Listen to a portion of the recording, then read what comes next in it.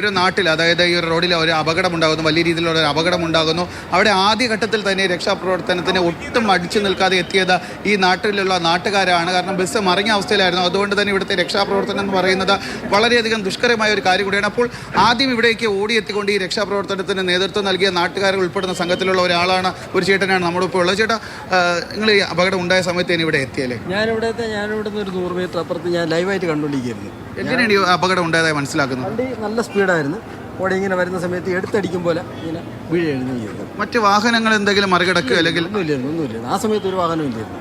അതിനുശേഷം ഈ വാഹനം മറിഞ്ഞതിന് ശേഷം എന്തൊക്കെയാണ് ഉണ്ടായത്? നാട്ടുകാർ ഓടിയെത്തി. അതിനുശേഷം ഞാൻ അവിടുന്ന് അപ്പോൾ തന്നെ ഞാൻ വേറൊരു വഴിക്ക് പോകാനായിട്ട് ഞാൻ എൻ്റെ വീട്ടിലേക്ക്, ഞാൻ എൻ്റെ കുടുംബ വീട്ടിൽ വന്നതാണ്.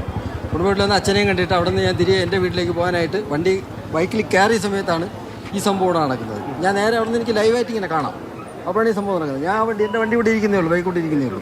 ഞാൻ ഓടി വന്നപ്പോഴത്തേക്ക് വണ്ടി ഫ്രണ്ട് ഗ്ലാസ് ബ്രേക്കായിരുന്നു. അപ്പോൾ നമുക്ക് പെട്ടെന്ന് അകത്ത് കയറാൻ പറ്റി. അപ്പോൾ ഫുള്ള് പ്രശ്നമാണെന്നുള്ള മനസ്സിലായി. ഉടനെ തന്നെ ഞങ്ങൾ ഒരു 3-4 പേര് ഉടനെ തന്നെ അകത്ത് കയറി. അത്രയും ആൾക്കാരെയും ഞാൻ തന്നെയാണ് ഫസ്റ്റിൽ കയറിയത്. അത്രയും ആൾക്കാരെ ഞങ്ങൾ അവിടെ നിന്ന് പുറത്താക്കിയിട്ട്. ഈ അപകടം നടന്ന സമയത്ത് ഈ ഡ്രൈവറിന് എന്തെങ്കിലും പരിക്കോ ഉണ്ടായിരുന്നു? ഗുരുതരമായി? ഡ്രൈവറെ കണ്ടില്ല. ഡ്രൈവർ എങ്ങോട്ട് പോയെന്ന് അറിഞ്ഞുകൂടാ. അപകട സമയത്ത്, അതായത് ദൃക്സാക്ഷി എന്ന നിലയിൽ നിങ്ങൾ ഇവിടെ അപകടം നടന്ന സ്ഥലത്തേക്ക് ഓടിയെത്തിയപ്പോൾ ഡ്രൈവർ വാഹനത്തിലില്ല? ഡ്രൈവർ വണ്ടിയില്ലായിരുന്നു. ഈ രക്ഷാപ്രവർത്തന സമയത്ത് ഡ്രൈവർ ഇല്ലായിരുന്നു? ഇല്ല. അകത്തേക്ക് കയറിയ ശേഷം, നിങ്ങൾ ആദ്യമായി കയറിയ ചേട്ടനാണ് വാഹനത്തിന്റെ ഗ്ലാസിനുള്ളിൽ കൂടി അകത്തേക്ക് കയറി. അപ്പോൾ അകത്ത് കണ്ട കാഴ്ച എന്താണ്? അത് എല്ലാവരും ഇഞ്ചേർഡ് ആയിട്ട് കിടക്കുകയായിരുന്നു. എല്ലാവരും എഴിക്കാൻ വയ്യ കിടക്കുന്നുണ്ട്. അതിലൊരു സ്ത്രീയുടെ കാര്യം തീരെ ഗുരുതരാവസ്ഥയിലായിരുന്നു.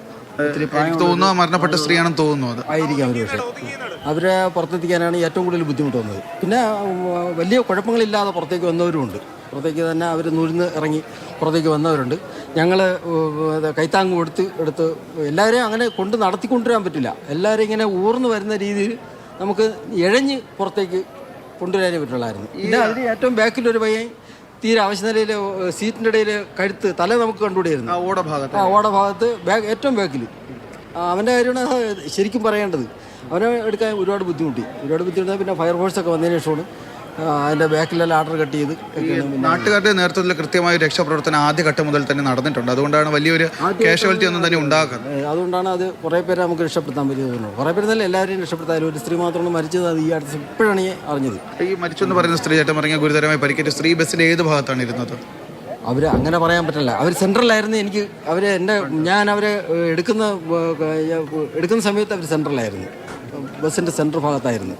അവിടെ നിന്ന് ഒരു പരുവത്തിന് ഇങ്ങനെ നമ്മൾ നീക്കി ഫ്രണ്ടിൽ കൊണ്ടുവന്നിട്ട് പുറത്തേക്ക് എടുക്കേണ്ടത്. അവർക്ക് വലിയ ബുദ്ധിമുട്ടായിരുന്നു പുറത്തേക്ക് വരാനായിട്ട്.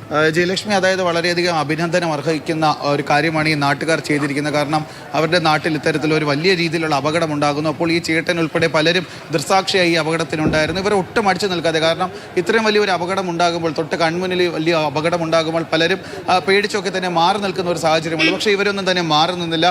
ഏറ്റവും വേഗം തന്നെ ഇവിടേക്ക് ബസ് അപകടത്തിൽപ്പെട്ട സ്ഥലത്തേക്ക് ഓടിയെത്തി.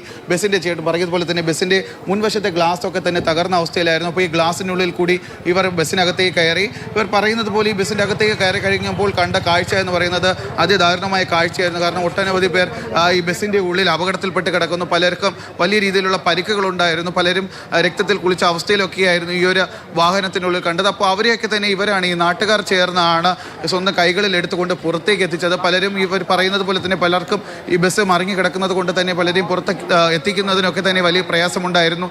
ഇഴഞ്ഞു നീങ്ങുന്ന ഒരു അവസ്ഥയിലാണ് പലരെയും പുറത്തെത്തിച്ചത്. നേരത്തെ